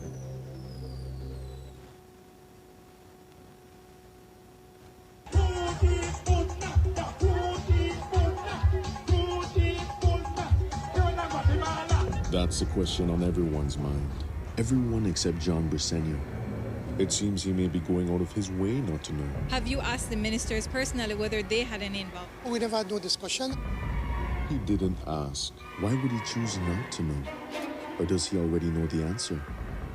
Is that why he put his constituent in charge of the investigation? He rejected the Minister of Home Affairs suggestions for an independent investigation. This is not a good faith effort. Or why he's refused to release any of the surveillance videos? So there is erasure, there is suppression, there is diversion. Do you expect that it will include the aspect of the footage being deleted?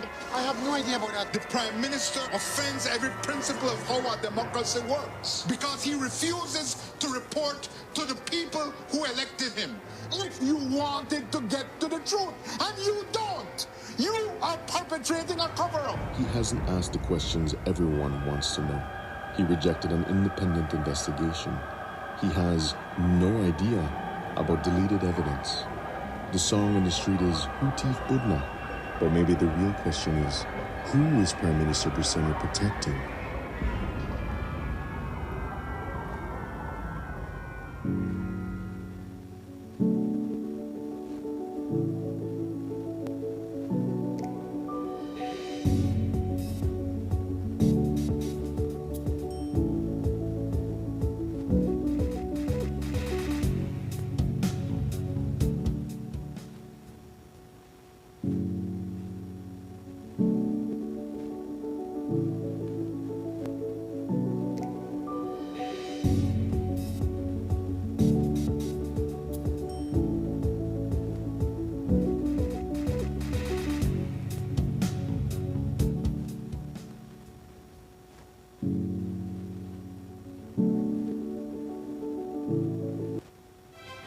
The new UDP Belmopan, under my leadership, will be built on 3 pillars: inclusion, accessibility, and innovation. Our first order of business will be the assembly of a working, functional constituency committee with representation from all areas of the city and a good mix of experience and new blood. This is the group that will help to develop and implement our plan of action for the next 2 years. Secondly, we're going to get back to being genuinely accessible to our residents. We'll have a centrally located office, open at least 3 days a week, where people can visit with local party leadership and from which all our operations will be executed. Lastly, we're going to be innovative in how we approach getting back to our winning ways. While there's no substitute for getting on the ground and out into neighborhoods, we have to adapt to keep up with the rapidly evolving ways of how we all keep in touch. To that end, we already have a mobile app in development that will transform the means of engagement between our party and our supporters. I look forward to working with you all on this journey of rebuilding our UDP in Belmopan. Good morning, viewers. Welcome back to your Wednesday episode of Sunup on 7. That video was introducing Mr. Khalid Belail, caretaker for the Belmopan constituency. And today we're going to be having a great conversation with him to get to know what his campaign trail is going and, of course, how are his views for the upcoming caretaker convention in Belmopan this weekend. Joining him on our couch, we also have caretakers for Dangriga and their Earth Lopez and Mr. Richard Webster. Good morning to you both. Also, thank you so much for joining us. Good morning. Hi, Khalid. Good morning. How are you doing today? Good. Very well. Excited? Yeah, we're excited for this conversation. And I'm also tired. I would believe that you guys are tired from all of the campaign trailing to try to make sure you reach everyone. You have big areas to cover. Yeah. Or it could also be invigorating. It could be. You know, because you're well. out there meeting people and hearing their needs and concerns. And that Change could the narrative. Okay, Yeah, boo, I see what you did there. Okay, Kev. It's a combination. It's a combination. I think it's an equal mix of both at this point, especially with 5 days to go. Yeah. I like how you have the actual amount of days. That shows a lot. Like on your calendar, like, okay, one more to go. But it's a lot of great work being done because, of course, like Kevin said, you get the opportunity to talk to your constituents members to understand what they're experiencing and, of course, map out how you would be able to support them. Right. So on that same note, I'd love to ask you guys, what has been the feel like on the ground, talking with persons? You know, what have been some of the pleas that they've been asking you guys about. And I'm going to give that to every single one of you to be able to have that, understanding of how your personal journey has been with the campaign trail. So who wants to go first with that one? Because everybody just shake their head like they're ready for the question. But... Well, I'll tell you right now. Right. In Belmopan, people have a lot that they want to get off of their chests. So you have long conversations. Yeah, we're having some long conversations. It's difficult to get out of a home in less than 20 minutes right now. People have a lot that they want to talk about, both in relation to our internal party dynamics, but of course, as well as their experience in the at this point in time. So, we're having very engaging conversations with the young and maybe not so young, who are certainly very interested in seeing the United Democratic Party get its act together and become a viable opposition in this country. I feel like that one's something that probably want to plaster about the place because people are echoing that same sentiment. But, like I was telling a couple colleagues, I feel like this is an option now because of having these conventions, having the caretakers put in place, seeing this take place, and of course the national convention that's happening in November is kind of giving people that feel that things are getting or putting in place for the most part, so they can feel like there's something happening under the sun. Certainly. Right? Yes, I definitely share the same experience as my colleague here. Campaigning has always been one of my best part of an election season. We get to sit and speak to the residents, and for the most part, I would complete like one street or one block for the entire day because people, they have a lot to say, and so I would sit and speak to them sometimes for 45 minutes, speaking with one family. And what would you say one thing that many people have been echoing, regardless of internal party issues, but for Dangriga specifically, what is something that they would like to see more in the community or happen? For us in Dangriga, the people are very concerned about the state of our municipality, and so much so also in the villages of Sarawi and Hope Creek. They're also asking that after election, they want to see their representatives more. And so they want us to go back to them. They want us to talk to them. And so my platform has been focused a lot on consultancy and consulting actually with the residents, not only before the convention, but also after, as we gauge how we're going to move forward. Love it. Yeah. Definitely. Mr. Richard, how has the campaign been for you? Are the issues similar to what Earth is just shared? The issues are similar. I believe that our people are hurt because they have not been represented the way they wanted to, or us to represent them. And I think that is one of the change that I'm going to bring to ensure that I engage with the voter that is on the constant rather than after being elected, you disappear. I never see you again, like the avatar. Correct. And so that is one of the things that I want to ensure that we do. Like the avatar. That was a good joke, right? Disappear like the avatar. I did not miss that. I did not miss that. But I'm also curious to know, Earth, like it's the first time I'm hearing you campaigning, and what motivated you to, for one, represent the United Democratic Party and get involved in politics? That's interesting because I've actually been involved for 14 years. All right, very good. This is not my first rodeo for sure. Okay.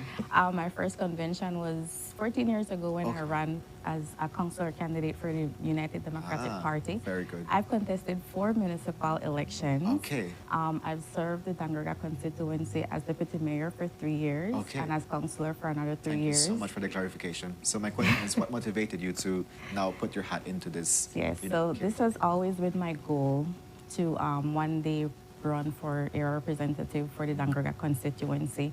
And so working from being a councillor to a member of the constituency committee, also in the shadow cabinet, all of that has prepared me for this moment. I am motivated by service to my community. I've always served over the years as a career teacher, but also as a politician. Very well. Thank you so much for sharing. Khalid, how has the receptivity been for you that, you were involved in politics in the past, you took a break, and now you're back in the scene? How has the reception from the Blopan? It's been great, Kev. I've had people tell me we've been waiting for this. And so, you know, it's been really heartwarming coming back, getting back into the homes, back into the streets, into neighborhoods, having these conversations about how things are going, like I said, within the party, but also the broader daily life conversation. And so people are excited. They are genuinely excited. I'm up very early in the morning every day, so I wait for the rest of the city to wake up, and 6:30 until 10 at night. It's a constant engagement, whether by phone, out on the street, you know, in stores, in the neighborhoods that I'm visiting. You said I took a break, and to be honest, I thought I may have been retired from this sort of engagement in electoral politics, but after the March election and seeing how things played out within the party, I was asked by senior leaders in the party to consider now coming back and taking on this role, because I know and they know that I can do this. I have been involved with the party organization in Belmopan since 2007. Of course, I served the 2 terms as mayor or at the city council, and I know what it takes to win. I've seen it up close and personal. I've seen the work that you need to put in, and I'm prepared to do that at this point in time. In my view, successful political parties operate like relay teams. And someone runs a leg, hopefully successfully, and you must be ready to then pass the baton on to the next team member. And so that is what we're looking at right now. If we refuse to pass the baton, or if we don't have a team member that's ready to run the next leg, that is when we will start to run into challenges. And so, yeah. If there's one thing that I picked up from your consultations, is that people want to be better represented within their areas by their constituents, by their representatives. Yeah. I picked up on your video that you're doing how you're using technology to make this accessible. Yes. How is that program going? I'm very curious. Will it be something that will be rolled out to the entire party, or will it only within Certainly, no, absolutely not. We're not selfish in the capital in the least. And so it is something that I'm working on with the team that's developing for us, and I would hope that once the rest of the party sees how it can be used and the utility of it, they will embrace it rather quickly. I believe in the next leadership of the party, our new leaders that we're about to have after this national convention, and I know that it is something that they will embrace fully. I'd love to hear I'm that. curious to know about the young people specifically. That's where my heart is always at too as well. And on the trails, talking to people, how has young people been, or what have young people been asking for or looking at when it comes to you guys consulting with them, trying to understand the scope of things too as well? Ms. Erd, I'm going to ask you this one because I feel like you've had a lot of conversations too as well. How have young people specifically, you know, looked at of what they would want in Donegal, but in general, maybe with the UDP or what's happening too as well? The young people are not encouraged to participate in the process. I've been fortunate to speak to a lot of them as a past teacher for a lot of the students in my constituency. I have that leverage where I can reach out to them and speak to them as their past teacher, but they're not really encouraged to participate holistically in the process. But they would say, okay, I know you because you were my teacher, and so they're encouraged to speak to me.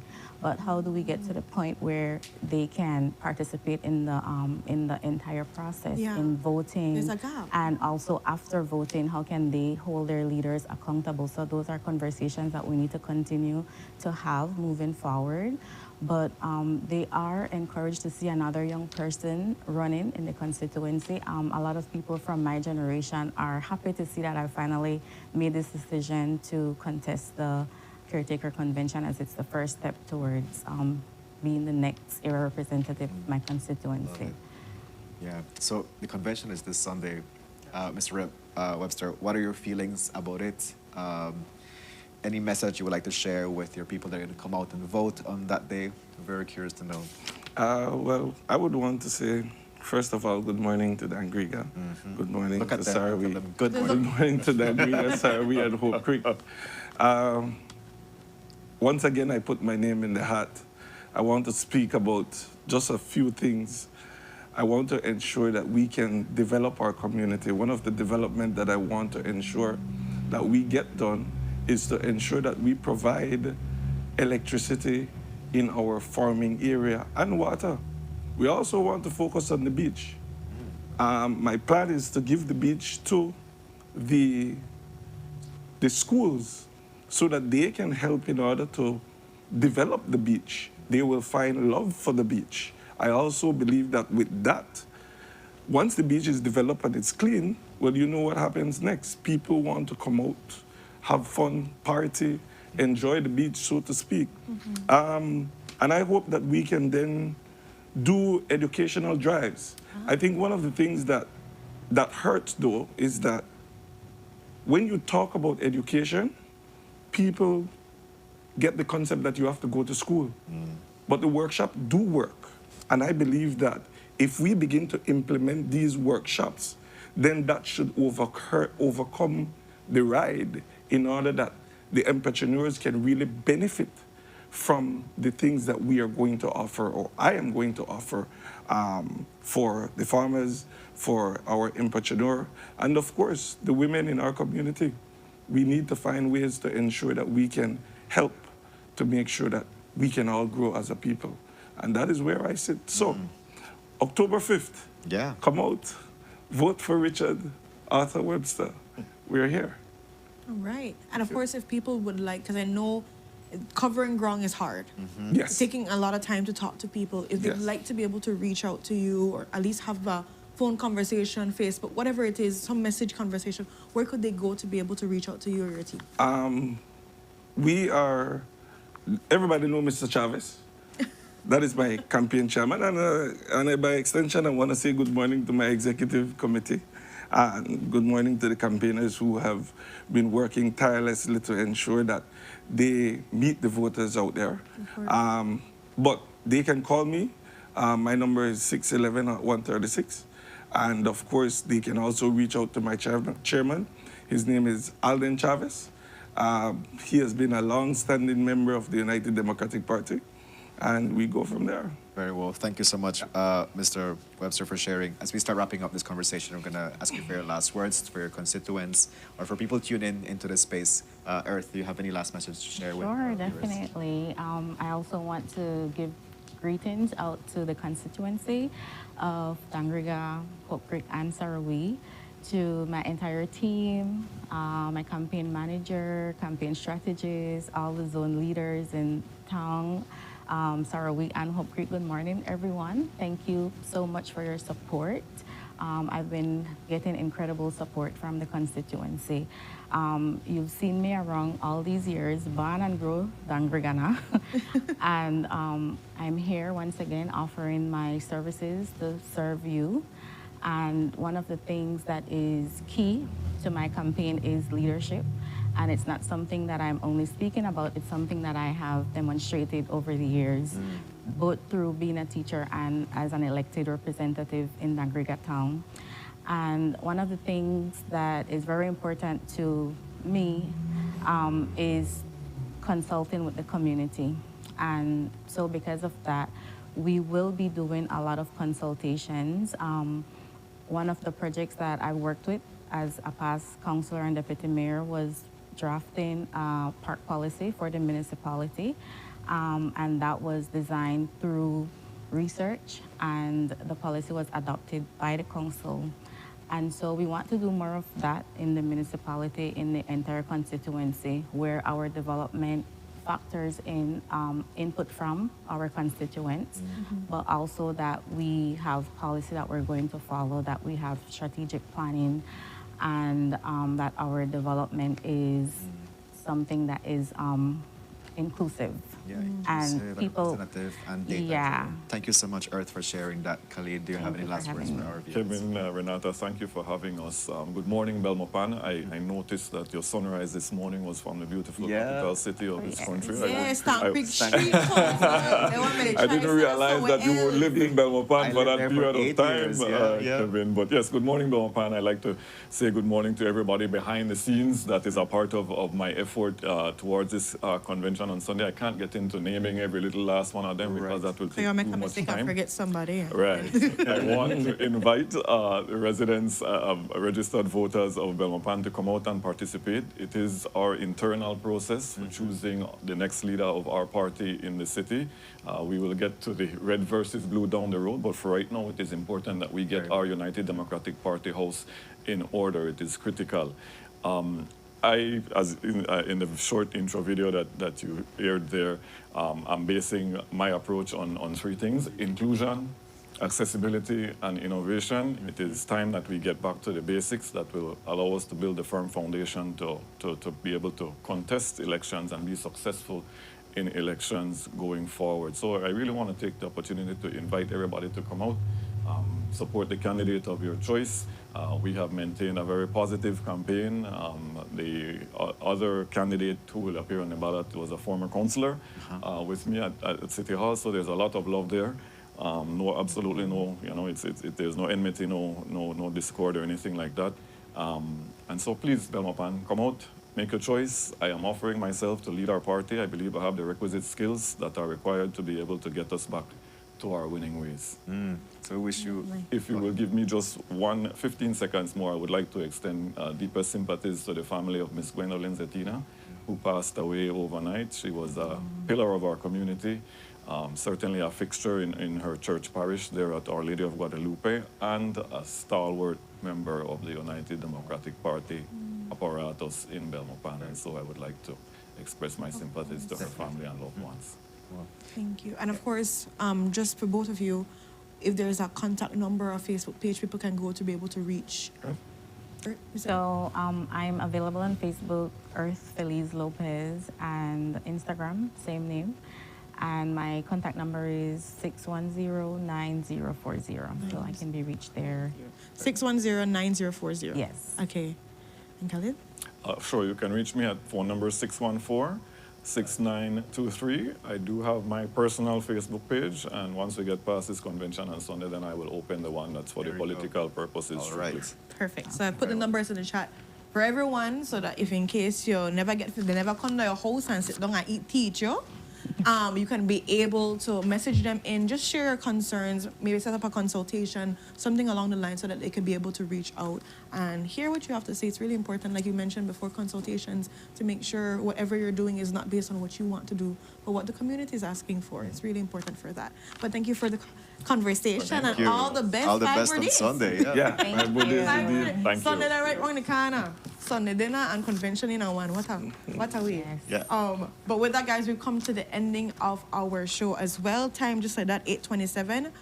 We want to give thanks to Dr. Koi, who came in to talk about breast cancer awareness and giving a lot of great information for you guys to understand. Please make sure that you go and take your screening, get your test, talk to people about it, do your self-examination, but make sure the conversation comes alive. Wear pink if you can for the month of October to stand in solidarity for survivors with families. Check on somebody that you know has lost somebody from breast cancer and cancer in general, and let's make sure we make voices heard and information shared all across. That is true. And do not wait for October for you to do your screening. You tell them, Kev. You tell them. Yeah. But with that, we're going to go to our ending of our show. Yes. What was the commercial break? What's going on? No commercial break. No commercial break. We've cut the show. It's going to be back here for Friday night for a Turtablos Thursday. Tomorrow, guys, be safe. Give yourself grace. And we'll find out who that will pass soon enough. Yeah, October 24th and 25th. Remember to claim your prizes, your tickets. Oh, yes. William Smith and Malika. The next word. Anderson. There you go. All right. All Pay right. attention. I could tell that she knows names well. Big up to you, because Yes. I can't. All right, folks, with that, we want to say thank you so much for joining Renata and I on this Wednesday. We wish you all the best. Have a great start of October. May all your plans manifest themselves for this month. We wish you all the best. And we're going to have a Halloween special at the end of the month. Yes, so stay tuned As for all always, of that. stay tuned to how Renata and I are going to dress What up we're going to this dress year. up as. All right, Boozelas now. Bye for real. Bye for real. Bye. Take care. We love you. Yo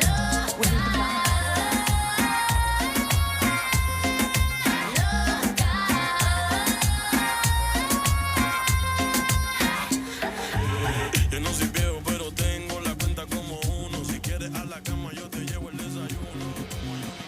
A place to call your home, a place where you can grow. Stand by me and we'll take flight. We'll be there at morning's light. I've got you covered on all concerns we share today. You will discover how the world turns each day. When the sun comes up,